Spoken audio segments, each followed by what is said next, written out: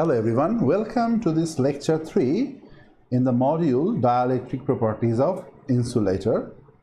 In this lecture, my plan is to introduce different types of polarization that can occur in a material, right? So, usually there are 3 different contributions that should be considered when somebody asks you about the polarization vector P, which is the total electric dipole moment per unit volume, right? And the 3 contributions go by the name. The first one is the electronic or the atomic polarization. The second one is the ionic polarization, and then we have the oriental polarization due to permanent dipole moments, right? So just quickly, if somebody asks you there's a piece of insulating material, what are the things we have inside the material? So definitely we have atoms, right?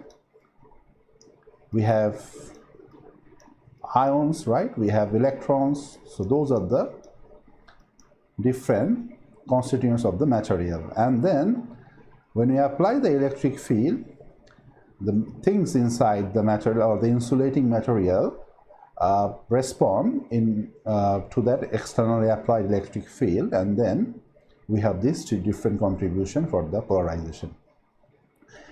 So let me go through them one by one. In this lecture, I will just briefly discuss what these 3 types of polarization is all about. The first one is the electronic or the atomic polarization. Usually, this contribution of the polarization comes from individual atoms in the solid. And for an atom, we have a nucleus, which is the heavy mobile core, and then we have some electronic cloud around that atom, right? So to understand how this atomic polarization occurs in a material, let's try to picture a piece of solid. Let's say this is some periodic arrangement in 2 dimensions for simplicity.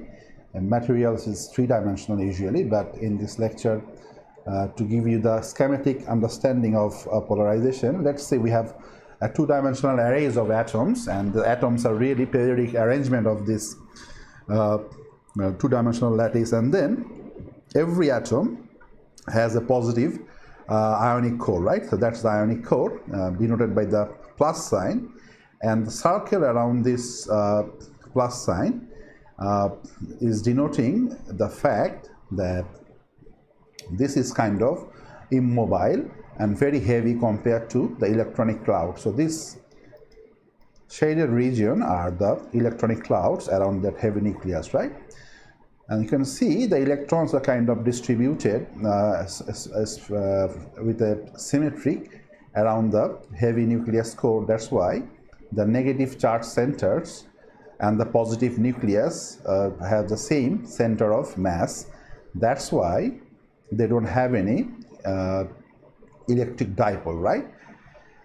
So that's the case for individual atoms, right? And this discussion is applicable to all of the atoms. But this is when you don't apply any electric field, right? Now once you apply some electric field, then what happens is that the electronic clouds really pushed opposite to the positive nucleus, right?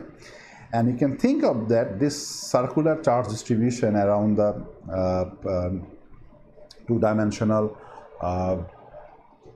this heavy positive nucleus is kind of distorted, right, and have some elliptical shape, right? And then the charge center is like for the negative distribution is somewhere here, right? And the positive heavy immobile nuclei really didn't move because it's like immobile, right?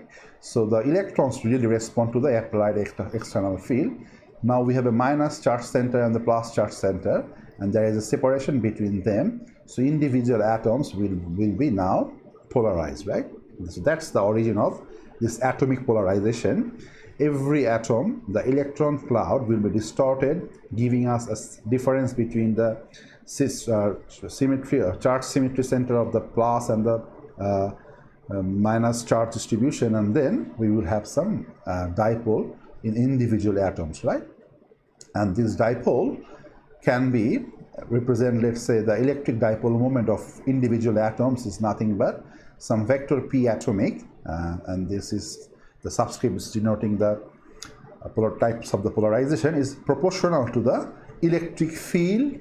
But mind it, the external electric field is E, but the electric field felt by this atom is E atomic, right? This is a very much local electric field felt by the atom, and that's why you have to make this distinction. This is not really the externally applied electric field. This is the electric field felt by the atom, and the greater the amount of electric field, the atomic polarization will increase, because the separation between the charge center depends on the force, right? And the force is proportional to the electric field, or the local electric field, or this E atomic electric field. So this is, it could be local, or it can be said we have this atomic electric field, and the large force will cause a large separation between the charge center, and the dipole moment is always the charge times the distance between the charges, right? So if D increases, then we will have larger polarization due to the electric field. And the proportionality constant for the polarization and electronic local electric field is known as the polarizability of the material, right? Or atomic polarizability, denoted by alpha atomic. So this is nothing but the polarizability. So that's the concept of atomic polarization. Now, what about the other one, the ionic polarization? These polarization usually occur in solids where we have ions, right? Like, let's say, for explain this polarization, let's say we have two ions in a one-dimensional chain. So and the one ion is the minus chlorine, and the plus charge is the sodium ion, right? And you can see the distance which from the plus charges and the minus charges are the same. Let's say in this one-dimensional chain, the chloride ions and the sodium ions are separated by some distance, let's say D. So there is a minus charge separated by a plus charge with a distance D. For this part, there will be a dipole moment, right? Which is starting from the minus charge to the plus charge, the direction of the dipole moment, right? And that's a plus, because that's kind of pointed to the positive x-axis, right? So this is the direction of the positive x-axis. This dipole is nothing but the amount of charge. What is the amount of charge in a chloride atom? That's 1 electron charge, right? So charge times the separation between these two ions, right? But in the neighboring cell, if you consider this positive charge and the minus sign, the distance is still D, right? But you can see the polarization is now in this direction, from minus to plus, right? And this direction is minus x direction, and so any polarization in the minus x direction is denoted by this P minus in this picture, right? So that's P plus, and there is the P minus by this lighter arrow. And you can see the dipole moment is still the same, the charge of the ions, which is plus C, and then the separation between them, right? So in this part, the P plus and P minus has the equal magnitude, but they are directed in the opposite direction, right? That's why if somebody asks you in this configuration what is the net polarization, you will say P plus minus P minus, right? Because they have opposite polarization in the vector form. And what's the magnitude of these two? It's ED and ED. So you can see the net polarization is 0. So although there are ions in individual unit cell, let's say one unit cell consists of 1 plus and 1 minus ions, then if this unit cell has a polarization in positive x-axis of some magnitude, the neighboring cell, so we have another plus charge here, the neighboring cell will have equal but oppositely directed electric dipole moment, right? That's why the net polarizations get cancelled. But now let's say you apply some electric field in this direction. So this picture will be changed, right? This is spring mass system.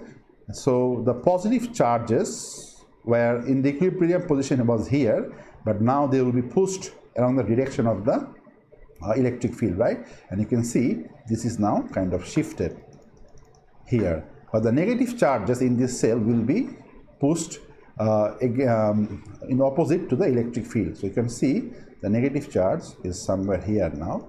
So in this cell, the separation between the positive and the negative charge is decreased right now. Let's say this is some D1. So what is the dipole moment for this cell? This is the minus charge, that's the plus charge. It is, so the direction is from the minus to plus, and this is a minus x direction. So the dipole moment, which is P1 or P dashed, some P dashed moment in the negative x direction, is nothing but the charges times the reduced distance, right? Let's say some D1. But you can see in the neighboring cell, this positive charge is pushed on the right, but this negative charge is pushed on the left. So you can see the separation, this separation is bigger than the separation in the equilibrium, right? So now the positive, and what is the direction of this dipole moment? From this minus charge to this plus charge, right? Denoted by this black arrow. So that's the electric dipole moment in the positive x direction, and let's say the distance is some d2, and d2 is greater than d1. So now in this configuration, you can see the neighboring cell has oppositely directed electric dipole moment as before, but the difference is their magnitude is different, right? That's why if somebody asks you what is the electric dipole moment in this configuration, then you have to say that this is nothing but the P plus minus the P minus in the vector form. They are oppositely directed. And what is the magnitude of these two? This is ED2, and we have ED1, and so D2 minus D1. And this is non-zero. So there is a net polarization dipole moment due to the electric field, due to the ions in the unit cell, right? That's the origin of the ionic polarization. And similarly, we model that, let's say these ions, right, feel some electronic local electric field. That another time I'm emphasizing this fact is that the external electric field is E. That's not this E. This E is acting on the individual ions, right? So you may say, okay, the ion is here and the positive ion is here, but we are saying that since this separation is very small, right, the electric field, the local electric field felt by the negative and the positive ions are the same. We don't consider the variation in this small distance, and we call that electric field, which is same for the minus and plus charges in the unit cell, as E ionic local field, right?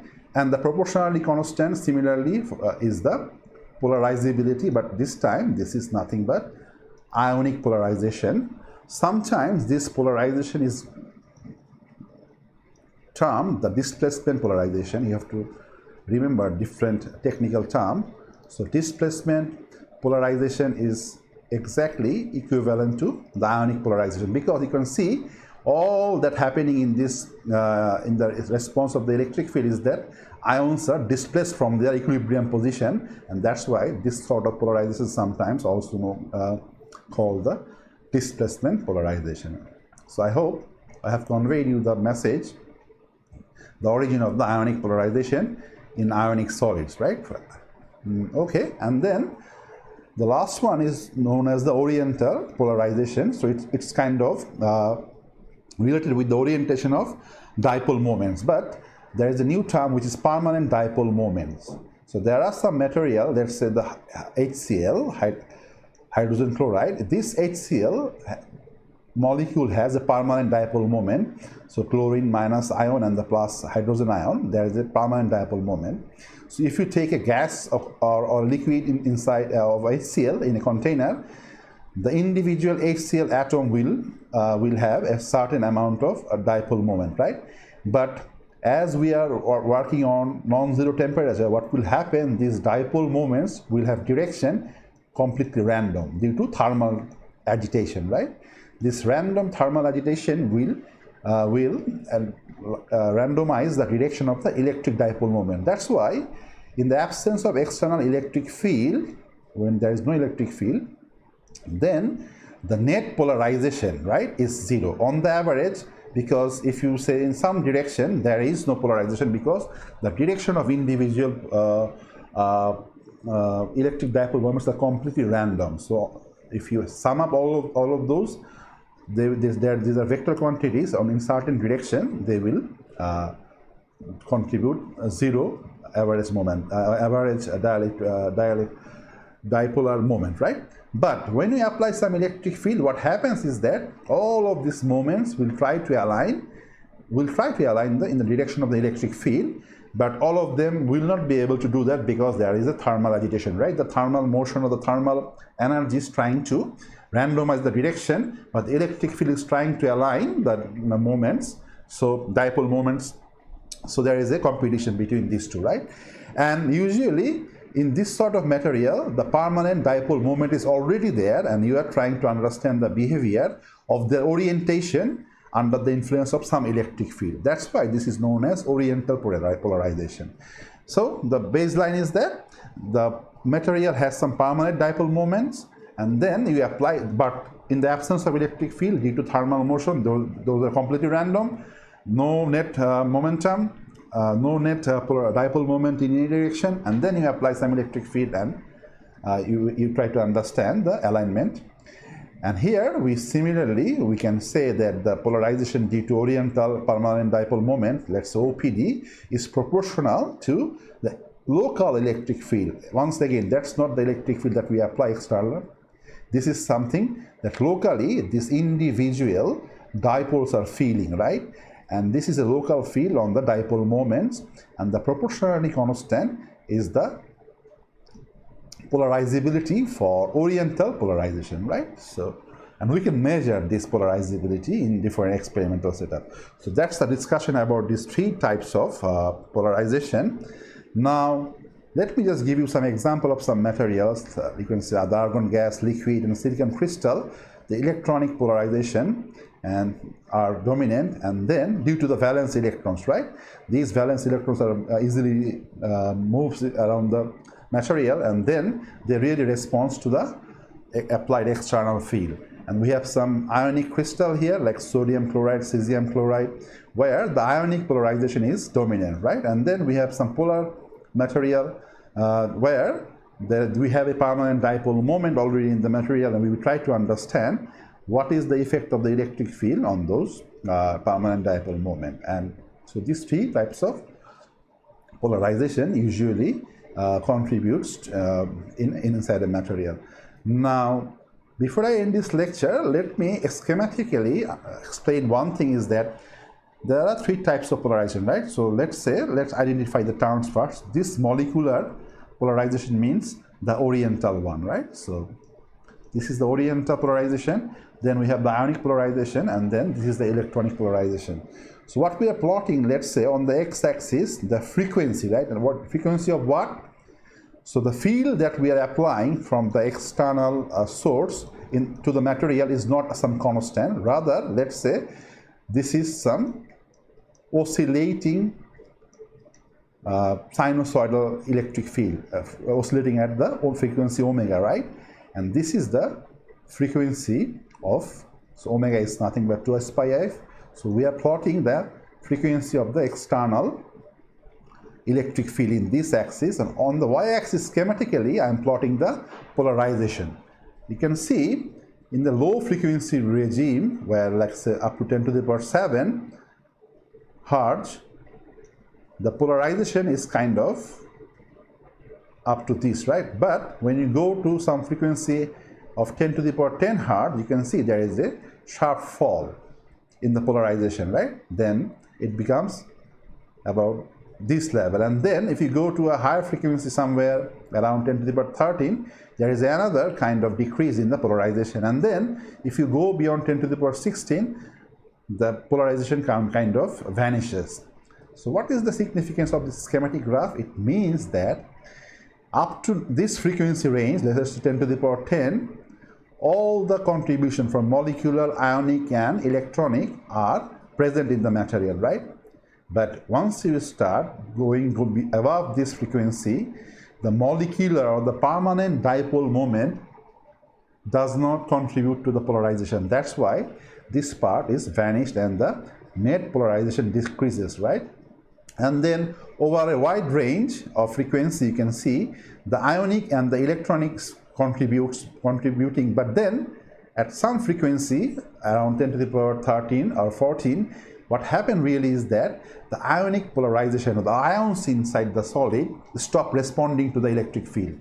So there is another decrease of the polarization. And then for a wide range of frequency starting from 10 to the 14 to 10 to the power 16 hertz, you can see only the electronic polarization. So the electrons of the individual atoms only respond to such high frequency.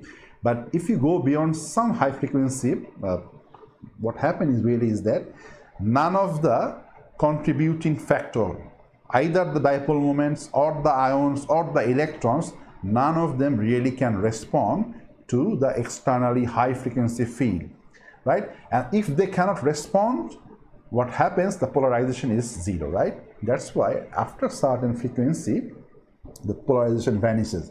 So this schematic graph is very important to remember, is that the frequency of operation for different polarization inside the material is different. And one thing to remember is that you can see the electrons are operating still at a very high frequency, and you can understand why is the case, right? Because electrons are so light that if we apply very high frequency, they will try to follow that frequency, right? But let's say some dipole moments, the permanent dipole moments, right? They are really heavy. They have different heavy ions, right? They kind of stop responding after certain frequency, right? And then the more dipole moments are the heaviest, and then we have some ions. Those are also kind of heavy, but they kind of still respond up to some frequency. But then beyond that, the ions cannot respond, right? The external frequency anymore. But the electronic cloud keep responding all the way up to this very wide range, right? And we will see in the lectures to come why this is the case, that why the ionic contribution freezes out before the electronic one, and why the permanent dipole moments freezes out even before the ionic contribution of the polarization, right? And I think for this lecture that's about it, and thanks for listening.